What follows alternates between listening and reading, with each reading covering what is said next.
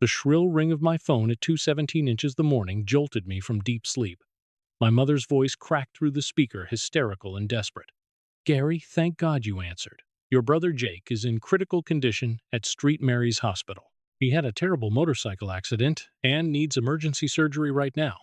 We need $20,000 immediately, or he'll suffer through the night and get stuck with all the medical bills. Please, you have to help us." I rubbed my eyes, still groggy, as she continued sobbing. "Your sister Amanda would send the money instantly if we asked her." Those words hit like a slap. "Call your precious daughter," I replied coldly, then hung up and went back to sleep. Sleep didn't come easily after that call. Lying in the darkness of my Denver apartment, memories flooded back like unwelcome visitors. Growing up in our suburban Colorado home, I was always the afterthought, the one who didn't quite measure up to my siblings' supposed brilliance. Jake, 3 years younger, could do no wrong in my parents' eyes. When he crashed Dad's car at 16, they bought him a brand new motorcycle for his birthday 2 weeks later. Amanda, my older sister by 4 years, received a fairy tale wedding that cost my parents' destination bachelor party in Cabo. Meanwhile, when I graduated valedictorian from high school, my parents skipped the ceremony to attend Jake's Little League championship game. When I needed help with college loans, Dad said character was built through struggle and hard work. I worked 3 jobs to pay for my computer science degree while watching my parents hand Jake cash whenever he asked. The favoritism wasn't subtle. It was blatant and cruel. My ex-wife Sarah used to witness these family dynamics during our 5-year marriage. She watched my mother criticize everything from my career choices to my haircut while praising Jake's latest get-rich-quick scheme. During our wedding planning, my parents contributed $500 while constantly mentioning how much more they'd spent on Amanda's celebration. Sarah finally exploded during one family dinner when my father interrupted my promotion announcement to brag about Jake's new bartending job. The tension from my family's treatment contributed significantly to our divorce 2 years ago. Now I have Lisa, my girlfriend of 18 months, who supports my decision to maintain boundaries with my family. She's witnessed enough phone calls and guilt trips to understand why I've distanced myself. Lisa works as a veterinarian and has her own healthy family relationships, which makes the contrast with mine even starker. She's encouraged me to stand firm against their manipulation, though she doesn't fully grasp the depths of emotional abuse I endured growing up. The irony of my mother's words stung deeply. Amanda, the precious daughter who borrowed $15,000 from me for her house down payment 5 years ago and never repaid a cent. The same Amanda who convinced me to co-sign her car loan then defaulted, leaving me responsible for payments on a vehicle I'd never driven. Yet somehow, I was always painted as the selfish one for setting boundaries around money and respect. As I stared at my ceiling, something nagged at me about the call. My mother's story felt rehearsed, like she'd practiced the words. Jake owned a motorcycle, sure, but he'd been posting on social media just yesterday about his weekend plans. I grabbed my phone and checked Instagram. There was Jake at a casino wearing a designer jacket I'd never seen, flashing expensive jewelry, and grinning next to slot machines. The timestamp showed 11:47 p.m., just over 2 hours before my mother's frantic call about his supposed accident. My stomach dropped as pieces clicked together. Jake looked perfectly fine in those photos, healthy and clearly enjoying himself with money he shouldn't have had. The expensive clothes, the jewelry, the confident smile of someone who just won big. None of this matched my mother's desperate story about emergency surgery and mounting medical bills. Something was very wrong with this picture, and my instincts screamed that I just dodged a carefully orchestrated manipulation. My phone buzzed at 7:30 the next morning. Amanda's name flashed on the screen, and I braced myself for the verbal assault that was surely coming. I answered on the 4th ring. "You heartless bastard," she screamed before I could say hello. "How could you abandon Jake when he needed you most? I had to send the 20000 myself because you were too selfish to help your own brother." I sat up in bed, instantly alert. "Wait, you already sent the money." "Of course I did. Unlike some people, I actually care about family. But I need you to reimburse me half. $10,000, Gary. I shouldn't have to carry this entire burden alone." Her words confirmed my suspicions from the night before. "Amanda, what hospital is Jake at exactly? Street?" "Mary's, obviously." "Mom told you that. Which street Mary's? There are 3 in Denver." A pause. "The main one downtown." "Why are you asking stupid questions instead of figuring out how to pay me back? Have you actually seen Jake? Talk to him directly?" Another pause longer this time. "I trust Mom and Dad completely. They wouldn't lie about something this serious. You're just looking for excuses to avoid helping." The defensive in her voice raised red flags. Amanda always attacked when cornered, deflecting with accusations, rather than addressing direct questions. It was a pattern I'd recognized since childhood. Amanda, I'm going to ask you something, and I want a straight answer. When exactly did this accident happen last night around midnight? Gary, why are you interrogating me? Jake is suffering, and all you care about is playing detective. But her timeline didn't match the casino photos. I'd screenshot Jake's posts, and the latest one was timestamped well after midnight. Either Amanda was lying or someone was feeding her false information. After hanging up on her continued demands for reimbursement, I called St. Mary's Hospital downtown. The receptionist was helpful but firm. No patient named Jake Reynolds had been admitted in the past 48 hours. I called the other two St. Mary's locations with identical results. My brother wasn't in any hospital. Next, I contacted Marcus, Jake's roommate from their shared apartment in Capitol Hill. Marcus picked up on the second ring, sounding groggy. Gary, what's up, man? Kinda early for a social call. Marcus, I need to ask you about Jake. Is he okay? Was he in an accident last night? What now? Marcus laughed. Accident, dude? Jake left 3 days ago for Vegas with his new girlfriend, Crystal. He was bragging about some big score he had planned, talking about hitting it rich and paying off all his debts. Said he'd be back by Tuesday with enough money to move out and get his own place. My blood ran cold. Vegas. He's been gone for 3 days. Yeah, man. Left Wednesday morning in Crystal's car, all excited about whatever scheme he had cooking. Why? What's going on?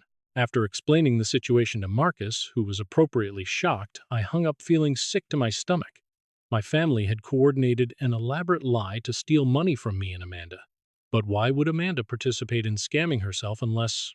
My phone buzzed with a text from Brad, Amanda's husband. Gary, call me when you get this. Can't talk at home, but there's stuff about Amanda you need to know. Meet me at the Starbucks on 15th Street at noon if possible. Brad had always been the reasonable one in Amanda's life, often apologizing privately for her behavior during family gatherings. He worked as an accountant and had a reputation for honesty and integrity. If he was reaching out secretly, the situation was more serious than I'd imagined. At noon, I found Brad sitting in a corner booth looking haggard and nervous. Dark circles under his eyes suggested he hadn't slept much lately. Thanks for meeting me, he said quietly. I couldn't say this over the phone or at home. Amanda's been stealing from her work. About 2 months ago, she started taking money from client accounts at the real estate office. Small amounts at first, but it escalated quickly. My heart sank. Amanda worked as a bookkeeper for a successful real estate company, handling thousands of dollars in client deposits and commissions daily. How much are we talking about, Brad? As of last week, around $47,000. There's an audit scheduled for next Friday, and she's panicking. She's been gambling online, trying to win back what she stole, but it's only made things worse. She owes money to her bookie, maxed out credit cards, and took a second mortgage on our house without telling me. The pieces suddenly fit together. Amanda hadn't sent $20,000 to help Jake. She'd needed my contribution to help cover her own embezzlement before the audit exposed her crimes. My parents' emergency call wasn't about Jake's medical bills, but about Amanda's desperate attempt to avoid prison. Brad, does she know you're talking to me? God, no. She'd lose her mind if she knew I was here. But Gary, I can't be part of this anymore. Our marriage is falling apart and I'm terrified we're going to lose everything. I wanted you to know the truth before you got pulled deeper into whatever scheme they're running. As I drove home from that meeting, my phone rang repeatedly with calls from Amanda demanding her reimbursement. I didn't answer. Instead, I began planning my next move, knowing that my family's web of lies was about to unravel completely. I drove straight to my parents' house in Lakewood, a modest ranch-style home they'd owned for 28 years. The driveway needed resealing, and the front yard showed signs of neglect that hadn't been there during my last visit 6 months earlier. I didn't call ahead. Surprise was essential for what I was about to do. Through the living room window, I could see my father Robert pacing back and forth while talking animatedly on his phone. I crept closer to listen, staying hidden behind their overgrown juniper bushes. The kid bought it completely, Dad was saying. Amanda already transferred her half, so we're sitting pretty either way. If Gary comes through, we split it 3 ways like we planned. If not, we still have enough to handle the immediate problem. My stomach churned as I heard my own father discussing me like a mark in some confidence game. I waited until he ended the call before knocking on the front door.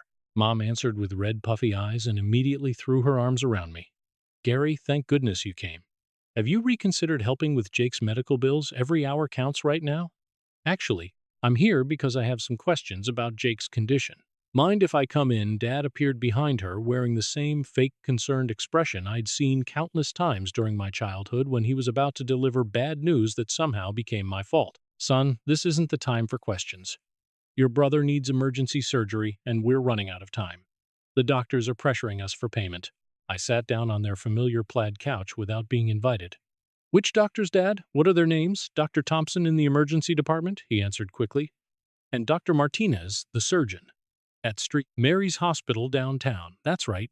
Interesting, because I called St. Mary's this morning. No patient named Jake Reynolds has been admitted there. I also called the other two St. Mary's locations in the metro area. Same story. The color drained from both their faces. Mom sat down heavily in Dad's recliner while he remained standing, his confident demeanor cracking. Maybe there was a mix-up with the computer system, Mom said weakly. Hospitals make mistakes all the time. Mom, I also talked to Marcus, Jake's roommate. Jake left for Las Vegas 3 days ago with his girlfriend. He's not in any hospital. Dad's jaw clenched, a telltale sign that his temper was rising. Marcus is confused. Jake told him he was going somewhere else to throw people off the trail. He's been getting death threats from some dangerous people he owes money to. Each new lie built on the previous one. But their story kept changing. First, it was a motorcycle accident. Now it was death threats and witness protection. I pulled out my phone and showed them Jake's casino photos from the night before. Explain this then. Jake posted these pictures from a Las Vegas casino at 11:47 last night, over 2 hours before you called me about his emergency surgery. Mom burst into tears while Dad's face turned red with anger. You don't understand the situation, Gary. Yes, Jake is in Vegas, but he's in serious trouble with some very dangerous people. They'll kill him if he doesn't pay what he owes. How much does he owe Dad? $30? 000? Maybe more by now with interest and penalties. So you decided to scam me and Amanda for $2,000 to help cover Jake's gambling debts. It's not a scam, Dad exploded. It's family helping family. You have a good job, no kids, minimal expenses. Amanda has savings from her real estate work. Jake is our son, and he's in real danger. The front door opened and Mrs. Henderson from next door peered in. Robert, Linda, I'm sorry to interrupt, but I couldn't help overhearing raised voices. Is everything all right? Mrs. Henderson was 73 years old, sharp as a tack, and had lived next to my parents for 15 years. She'd watched me grow up and had always been kind to me, often commenting on how much I'd accomplished despite my family's lack of support. Everything's fine, Margaret, Mom said quickly. Just family business. Mrs. Henderson looked directly at me. Gary, dear, I hope you're not falling for another one of their stories. Your parents have been telling people different tales about needing money for months now. First, it was roof repairs. Then medical bills for your mother's supposed cancer treatment, then something about legal fees for a lawsuit. My parents looked mortified as Mrs. Henderson continued. They borrowed $5,000 from the Johnsons across the street for emergency home repairs that never happened. The Malloys loaned them $3,000 of your mother's surgery that she clearly never had. Poor Mrs. Chan gave them $1,500 after they claimed their car had been totaled. The scope of their deception was staggering. My parents had been systematically defrauding their neighbors and friends, spinning different sob stories to extract money from anyone willing to listen. Mrs. Henderson, I said carefully, how long has this been going on? At least 6 months, probably longer. I started keeping track after they approached me with their first story about needing help with property taxes. When the same bills kept arriving in their mailbox, weeks later I realized they'd lied. After Mrs. Henderson left, I confronted my parents directly. How many people have you stolen from? We haven't stolen anything, Dad insisted. We've asked family and friends for temporary help during difficult times. Temporary? Have you paid anyone back? Silence filled the room. Mom stared at her hands while Dad's face cycled through anger, shame, and defiance. Dad, I need to check something. Where do you keep your financial documents? That's none of your business, Gary. But I was already heading towards their bedroom, where they'd always kept important papers in Dad's old filing cabinet.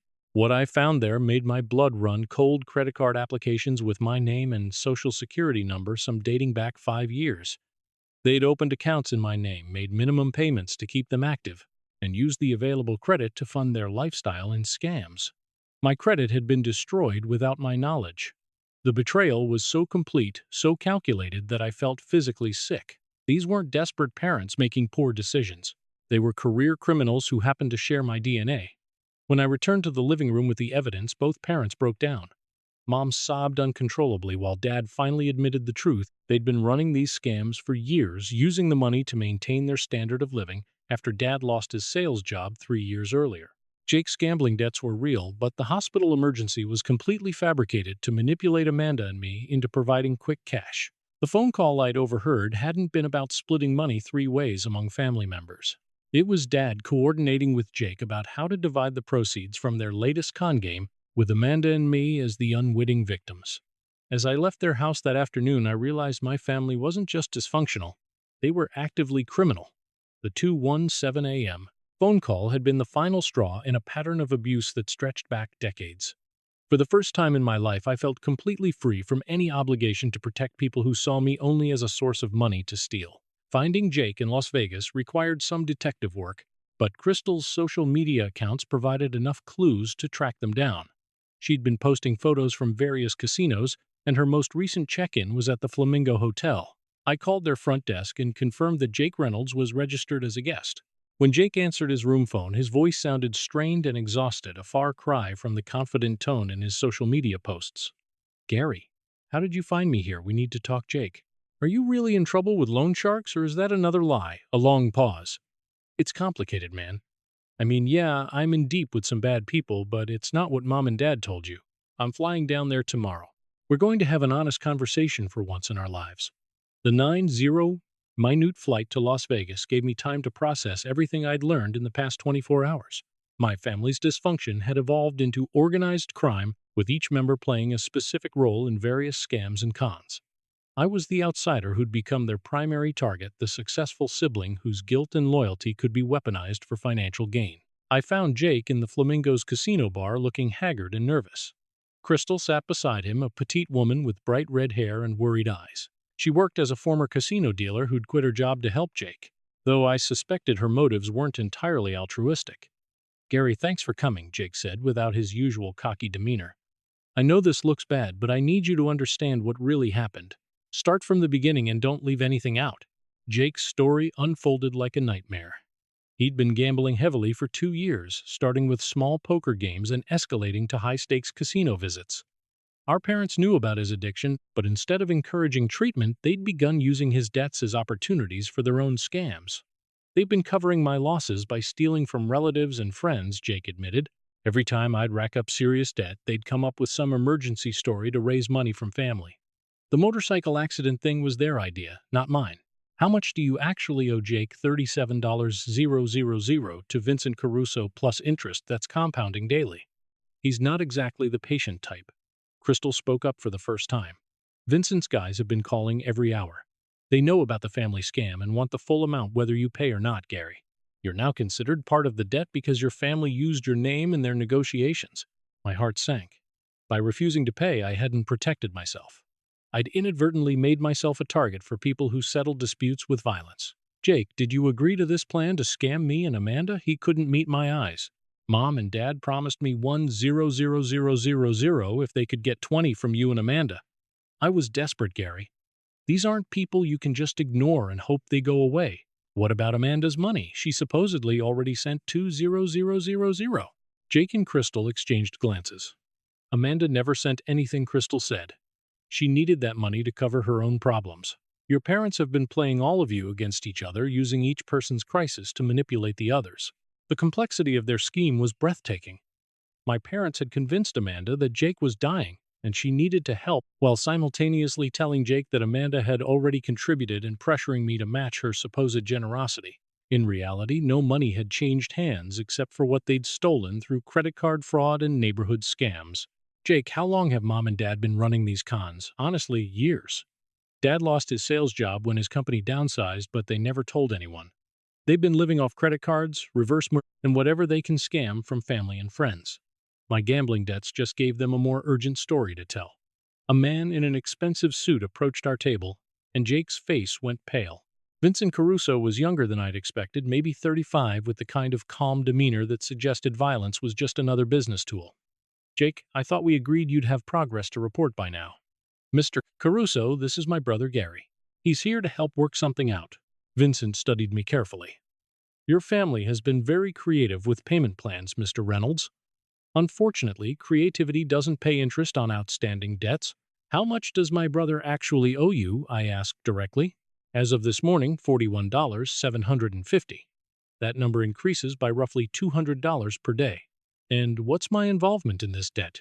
Your parents contacted my associates claiming you were good for any shortfall in their payment plan. That makes you a guarantor in our books regardless of whether you agree to that arrangement. The restaurant suddenly felt very small. Vincent wasn't making threats. He was simply explaining business terms with the casual tone of someone discussing weather. Crystal grabbed my hand under the table and I could feel her trembling. Mr. Caruso, I had no knowledge of my family's agreement and no intention of guaranteeing anyone's gambling debts. I appreciate your position, Mr. Reynolds, but intentions don't alter contractual obligations. Your family owes money and they've represented you as a willing participant. We'll need to see significant progress within the next 48 hours. After Vincent left, Jake broke down completely. Gary, I'm sorry. I never wanted you to get pulled into this mess, but I was scared and desperate. These people don't negotiate or grant extensions. They collect what they're owed, period. Looking at my younger brother, I saw not the spoiled golden child from our childhood, but a broken man whose addiction had spiraled beyond his control. Our parents had enabled his self-destruction while profiting from his chaos, turning family dysfunction into a criminal enterprise. But I also realized that helping Jake pay his debts would only enable the cycle to continue. Someone had to break the pattern of manipulation and consequences, even if that meant allowing my brother to face the full weight of his choices. The loan sharks now viewing me as part of the debt was a serious problem, but running away or paying them off would only validate their tactics and encourage future extortion. This situation required a different approach, entirely one that involved law enforcement and legal consequences for everyone involved. Back in Denver, I drove straight to the downtown police station with a box of evidence. I'd collected the fraudulent credit card applications, screenshots of Jake's social media posts contradicting the hospital story records of my parents, neighborhood scams, and documentation of Amanda's workplace theft that Brad had provided. Detective Sandra Williams specialized in financial crimes and family fraud cases. She was in her early 40s with graying hair and the kind of patient demeanor that encouraged honesty from victims and witnesses. Her office walls displayed certificates from various fraud investigation courses and commendations from successful cases. Mr. Reynolds, I appreciate you coming forward with this information. Financial crimes involving family members are often the most complex because victims frequently refuse to cooperate with prosecution. I spent 2 hours detailing everything I'd discovered about my family's criminal activities.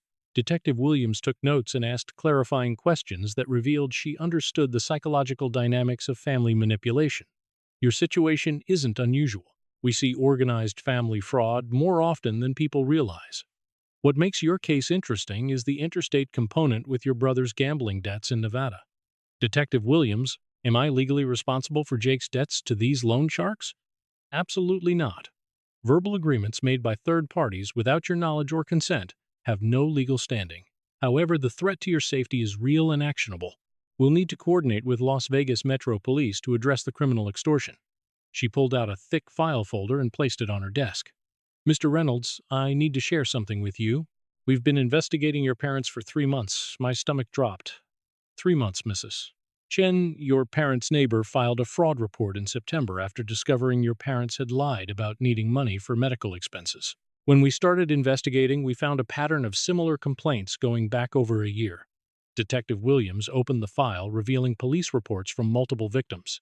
The Johnsons, the Malloys, 3 elderly members of my parents' church, 2 of Dad's former co-workers, and even my high school guidance counselor who'd been told my parents needed help with funeral expenses for a relative who was actually alive and well.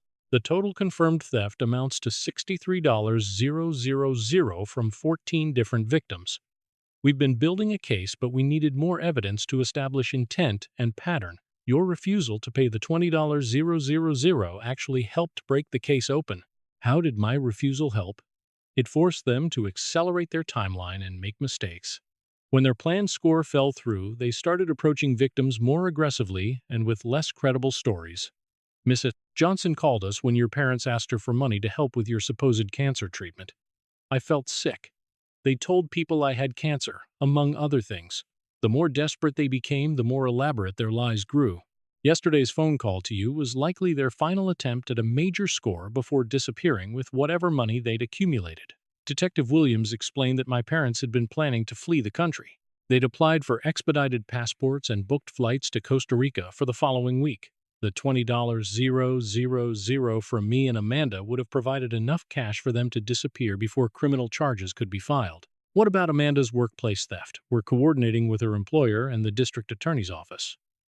The real estate company has been cooperating fully since discovering the embezzlement. Amanda's theft totals $47,300 over 6 months.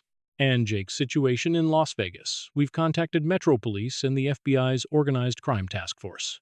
The loan shark operation your brother's involved with is under federal investigation for interstate racketeering. Your brother's debts may actually help prosecutors build their case against the criminal organization. The scope of law enforcement involvement was staggering. What had started as a simple family dispute had revealed multiple ongoing criminal investigations spanning several states and federal agencies. Detective Williams, what happens now, will arrest your parents tomorrow morning on fraud charges. Amanda will be arrested at her workplace for embezzlement. Your brother will need to cooperate with federal investigators in Las Vegas, but his willingness to testify could result in significantly reduced charges. Well, what about the threats from the loan sharks? That's federal extortion, and the FBI takes those cases very seriously. Your family's documentation of Vincent Caruso's threats will help prosecutors, but you'll need protective measures until the organized crime sweep is completed. She handed me business cards for a victim's advocate, a credit restoration specialist, and a federal prosecutor who would be handling the interstate aspects of the case. Mr. Reynolds, I know this is overwhelming, but your decision to seek help instead of paying has likely prevented your parents from victimizing dozens more people. These schemes typically escalate until someone intervenes. That evening, I called Lisa from my apartment and explained everything. She listened without interrupting occasionally, gasping at particularly shocking revelations. Gary, I'm so proud of you for going to the police. I know this can't be easy. It's not, but I keep thinking about Mrs. Chen and the other elderly neighbors my parents stole from. These people trusted them and got robbed for their kindness. What happens next? Detective Williams wants me to be present tomorrow when they arrest my parents. She thinks my presence might encourage them to cooperate rather than continue lying. Do you want me to come with you for support? Actually, yes. I think I'm going to need all the emotional support I can get. As I prepared for bed that night, I received a text from an unknown number. Your family situation has been resolved. No further action required. VC. Vincent Caruso had apparently learned about the federal investigation and decided to cut the losses rather than risk additional scrutiny from law enforcement. The FBI's Organized Crime Task Force moved faster than anyone had expected, and Jake's debt had become irrelevant overnight when the entire loan shark operation was shut down. For the first time in 48 hours, I slept peacefully, knowing that the cycle of manipulation and fraud that had defined my family for years was finally coming to an end. The next morning, Detective Williams arranged for me to be present when uniformed officers arrested my parents at their home. Lisa sat beside me in the police car, squeezing my hand as we watched the scene unfold through their living room window. Mom answered the door in her bathrobe, and her face went white when she saw the badges. Dad appeared behind her, already dressed as if he'd been expecting this moment. The officers read them their rights with professional efficiency, while neighbors gathered on their front lawns to witness the spectacle. Inside the police station, Detective Williams led my parents to separate interrogation rooms. She asked me to wait in the observation area where I could watch through a one-way glass as they were questioned. Your presence here sends a message, she explained. They need to understand that their primary victim is cooperating fully with our investigation. Dad went first. He maintained his innocent act for exactly 12 minutes before the weight of evidence broke his resolve. When Detective Williams presented bank records showing the money trail from various scams, he finally admitted to borrowing money from neighbors and friends during financial difficulties. Mr. Reynolds' borrowing implies intention to repay. Can you document any instance where you returned money to these victims? We were planning to pay everyone back once our situation improved.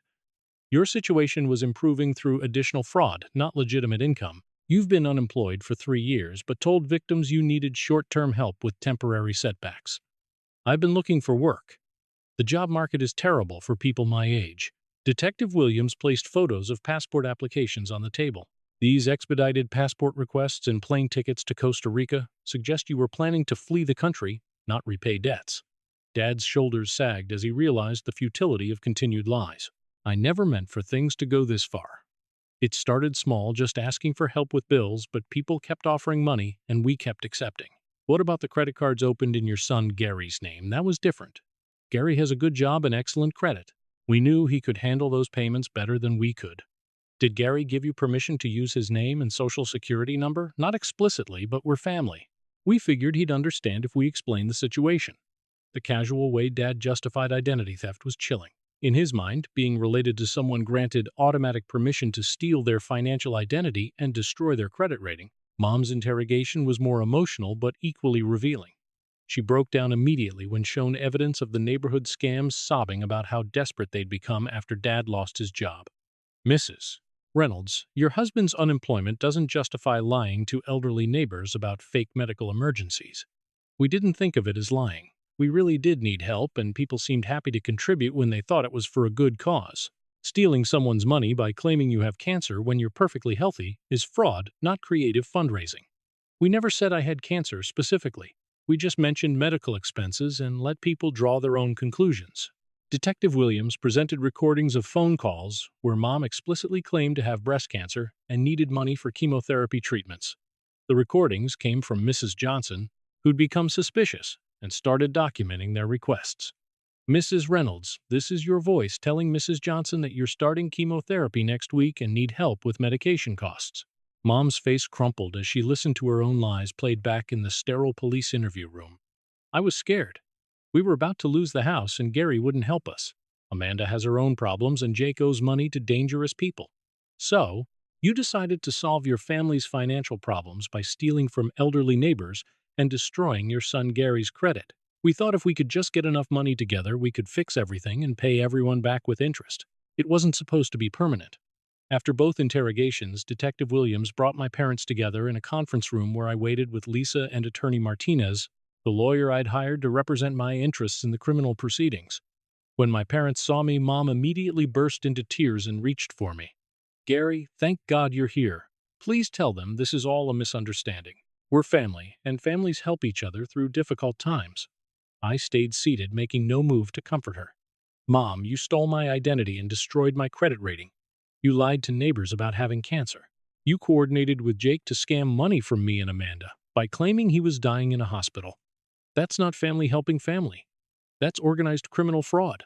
Dad tried his usual intimidation tactics. Gary, if you cooperate with these charges against your own parents, don't expect to be welcome in this family anymore. I haven't been welcome in this family for 28 years, Dad. The only difference now is that I'm finally admitting it. Detective Williams placed a comprehensive plea agreement on the table.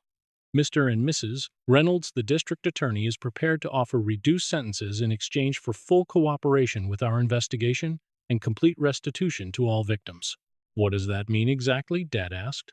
Guilty pleas to multiple fraud charges, 5 years probation instead of prison time, and a payment plan to repay the $63,000 stolen from neighbors, plus 24.0 damages to your son's credit rating. Attorney Martinez leaned forward. My client, Gary Reynolds, will also be filing civil suits for identity theft, credit damage, and emotional distress. Those proceedings are separate from criminal charges. Mom looked desperately between me and the detective. Gary, you can't let them put us in prison. We're your parents. You stopped being my parents the moment you decided to treat me like a victim instead of a son. Dad tried one final manipulation. Gary, think about what this will do to the family reputation. Amanda's kids will suffer if their grandparents have criminal records. Amanda's kids will suffer more if their mother goes to prison for embezzlement and their uncle gets killed by loan sharks. Someone has to break this cycle of crime and manipulation. The plea negotiations continued for 3 hours. Both parents eventually agreed to cooperate fully with the investigation, including providing complete financial records and victim lists. They would plead guilty to organized fraud charges, serve no jail time in exchange for 5 years supervised probation, and begin immediate restitution payments. One more thing, Detective Williams said. We found documents suggesting you've been collecting inheritance payments intended for Gary from your deceased mother-in-law. Those forgeries constitute additional felony charges unless you sign ownership of those funds over immediately. I'd forgotten about Grandma Helen's will. She'd always favored me among her grandchildren and had apparently left me a substantial inheritance. My parents had been intercepting and cashing those checks for 3 years, forging my signature on legal documents. How much money are we talking about? I asked. Detective Williams consulted her notes. $67, 400 inches inheritance payments plus accumulated interest and penalties for the fraudulent signatures. Attorney Martin Tina smiled. That inheritance recovery, combined with the civil settlement, will more than compensate for the credit damage and emotional distress our client has suffered. As we left the police station that afternoon, both parents were processed into the county jail system for booking and fingerprinting before being released on their own recognizance, pending formal sentencing. Amanda had been arrested at her workplace and would face separate charges for embezzlement. Jake called from Las Vegas that evening to report that Vincent Caruso and his entire organization had been arrested in coordinated federal raids. The Loan Shark operation was part of a larger racketeering investigation that had been ongoing for 18 months. Gary, I can't believe this is all happening so fast.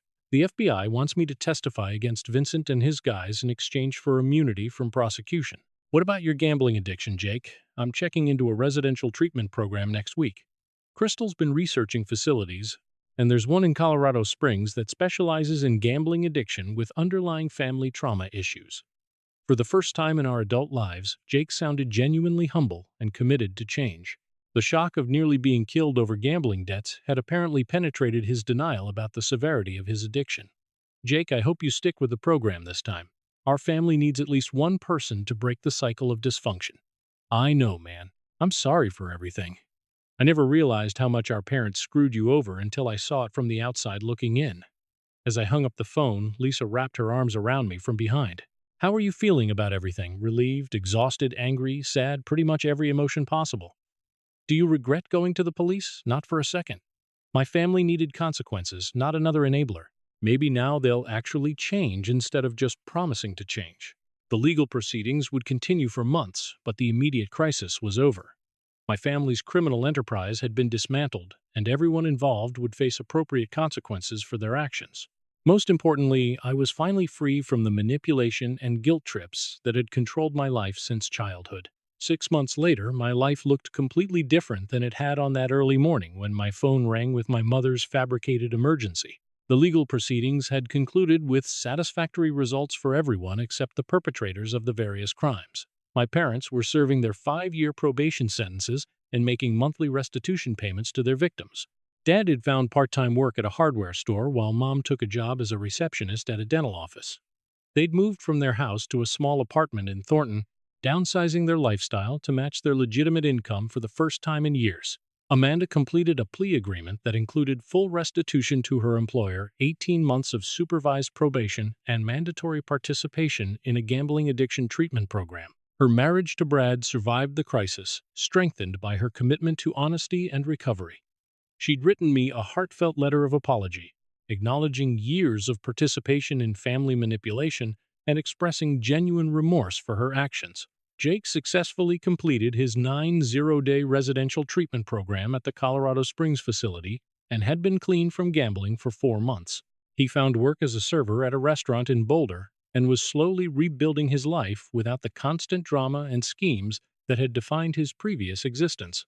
Most importantly, he'd cut off contact with enablers and gambling associates, focusing instead on developing healthy relationships and coping strategies. My credit score had been fully restored thanks to the identity theft protections and the recovered inheritance money from Grandma Helen. The financial compensation from civil settlements against my family exceeded $112,000, which I'd invested in a diversified portfolio recommended by a financial advisor who specialized in fraud recovery cases. Lisa and I had grown closer through the crisis, and her unwavering support during the darkest moments had convinced me that she was someone I wanted to build a future with. We'd moved in together, and I'd started shopping for engagement rings, planning a proposal for Christmas morning. The most unexpected development was my involvement with a support group for family fraud victims. Detective Williams had connected me with an organization that helped people who'd been financially abused by relatives, and I discovered that my story wasn't unique. Hundreds of families across Colorado dealt with similar patterns of manipulation, theft, and emotional blackmail disguised as love and loyalty. I began speaking at their monthly meetings, sharing my experience and encouraging other victims to set boundaries and seek help. Many people struggled with the guilt of potentially sending family members to prison, and I could relate to those feelings while explaining why accountability was essential for everyone's healing. The hardest lesson I learned, I told a room full of fraud victims last month, is that enabling destructive behavior isn't love. It's cowardice, disguised as loyalty. Real love requires courage to do the right thing, even when it's painful. One woman raised her hand. How do you deal with other family members who think you're cruel for pressing charges against your parents? I remind them that my parents' victims were also someone's family members. Mrs. Chen is 81 years old and lost her medication money to my parents' cancer scam. The Johnsons are retired teachers who gave my parents $3,000 they couldn't afford to lose. My job isn't to protect criminals from consequences, it's to protect innocent people from becoming victims. The psychological healing was slower than the financial recovery, but I was making progress with a therapist who specialized in family trauma. Dr. Patricia Morgan helped me understand that my role as the family scapegoat had prepared me to resist manipulation in ways my siblings couldn't. Your parents chose you as their primary target because you were emotionally independent, she explained during one of our sessions. They knew Jake and Amanda would participate in schemes rather than risk losing their approval, but you were always harder to control. I used to think being the outsider in my family was a weakness. It was actually your greatest strength. The emotional distance you maintained protected you from being fully indoctrinated into their criminal thinking patterns. Lisa had started attending some of my therapy sessions to better understand the family dynamics that had shaped my personality. She was amazed by the complexity of the manipulation tactics my parents had used throughout my childhood. I never realized how calculated their favoritism was, she said after one particularly revealing session. They deliberately created insecurity and competition between you and your siblings to maintain control. The crazy thing is how normal it seemed while it was happening. I thought all families operated with constant drama and financial emergencies. That's the insidious nature of family abuse, Dr. Morgan observed. Children have no reference point for healthy relationships, so they assume their experience is universal. My relationship with Jake had evolved into something resembling actual brotherhood for the first time in our lives. He called regularly to share updates about his recovery and ask for advice about rebuilding his life. The dynamic between us was completely different without our parents orchestrating competition and resentment. Gary, I need to ask you something, he said during one of our phone conversations. How did you resist Mom and Dad's manipulation for so many years?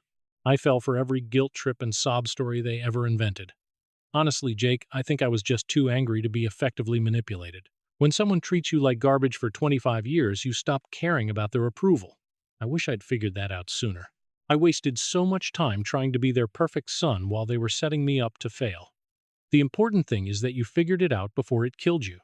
Vincent Caruso's guys weren't playing games. I know. Sometimes I think about what would have happened if you'd paid that $20,000. They probably would have asked for more money 6 months later with some new emergency. He was right. Paying the ransom would have validated their tactics and encouraged escalation. Every successful manipulation taught them that their strategies worked, and victims would eventually cave under sufficient pressure. The police investigation ultimately revealed that my parents had been planning to disappear permanently after collecting enough money from their final round of scams. They had researched countries where they believed they could avoid extradition, and had even looked into ways of establishing new identities abroad. My refusal to send the $20,000 did more than save me from another financial loss. It disrupted their plan, forced them to make mistakes, and gave law enforcement the evidence needed to stop them before they could escape. In the months that followed, everyone in my family finally had to face the consequences of choices they had spent years avoiding. My parents accepted probation, restitution payments, and responsibility for the fraud they had committed against neighbors, friends, and me. Amanda faced the consequences of stealing from her employer and entered treatment for her gambling problem, while her marriage to Brad survived because she finally committed herself to honesty and recovery. Jake cooperated with federal investigators against Vincent Caruso's organization, completed residential treatment for gambling addiction, and began rebuilding his life from the ground up. Without our parents constantly creating competition between us, Jake and I slowly developed something that had never really existed before: an honest relationship between brothers. He admitted that he had spent most of his life chasing our parents' approval and allowing them to manipulate him, while I realized that years of being treated as the outsider had unexpectedly given me the strength to resist them. My own recovery took longer than the legal process. My credit was restored, the inheritance my parents had stolen from Grandma Helen was recovered, and the civil settlements eventually gave me more than $112 compensation. But the money mattered less than finally understanding that I had never been responsible for rescuing people who repeatedly chose deception over change. Lisa stayed beside me throughout everything, and our relationship became stronger as she helped me understand what healthy love and support actually looked like. We moved in together, and I began planning to propose to her at Christmas. I also started therapy with Dr. Patricia Morgan, who helped me recognize how my parents had deliberately used favoritism, guilt, competition, and financial emergencies to control all three of their children. What I once believed was simply a difficult family had actually been a system built around manipulation. Therapy helped me understand that being the family scapegoat had not made me weak. In many ways, it had protected me from becoming fully trapped in the same destructive thinking that had consumed Jake and Amanda. One of the most meaningful changes in my life came through a support group for people who had been financially abused by relatives. Detective Williams introduced me to the organization, and eventually I began speaking at meetings about what had happened. I met people who had lost savings, homes, inheritances, and years of their lives because they believed that protecting relatives from consequences was the same thing as loving them. I told them what I had finally learned. Enabling destructive behavior is not loyalty, and protecting someone from the results of their own crimes does not help them become better. Real love sometimes means refusing to participate, setting boundaries, calling authorities, or walking away. Mrs. Chen also became an unexpected part of my new life. She had been one of the first people brave enough to report my parents' fraud, and over time she began inviting me to Sunday dinners. Her kindness showed me something I had spent decades missing. Family could be created through respect, honesty, and genuine care rather than blood alone. When she told me that any parent should have been proud to have a son with my integrity, I realized how much of my life I had wasted trying to earn approval from people who had already decided to use me instead. Looking back, the 2:17 a.m. phone call that started everything no longer felt like the worst moment of my life. In a strange way, it became the moment that finally woke me up. Hanging up instead of immediately sending money was the first real boundary I had ever enforced with my family, and everything changed because of it. That decision exposed the fake hospital story revealed Amanda's embezzlement, uncovered Jake's gambling debts, exposed years of neighborhood scams, uncovered the identity theft committed against me, stopped my parents from fleeing the country, helped federal investigators dismantle a loan sharking operation, and finally forced every member of my family to confront reality. I learned that blood does not automatically create loyalty, trust, or obligation. Family is defined by people who respect your boundaries, tell you the truth, care about your well-being, and refuse to exploit your kindness. My chosen family now included Lisa, Mrs. Chen, people from my support group, and even Jake, as he continued proving through his actions that he wanted to change. I no longer needed my parents' approval, and I no longer confused guilt with responsibility. The greatest lesson was simple. Sometimes the most loving thing you can do is stop rescuing someone from consequences they created themselves. Breaking the cycle was painful, but allowing it to continue would have hurt even more people. That phone call began as another attempt to manipulate me, but it became the beginning of my freedom. For the first time, I trusted my instincts, defended myself without apology, and understood that protecting my peace and protecting innocent people did not make me selfish. It made me responsible for my own life. And after years of being treated like the family member who mattered least, I finally stopped waiting for them to recognize my worth because I had learned to recognize it for myself.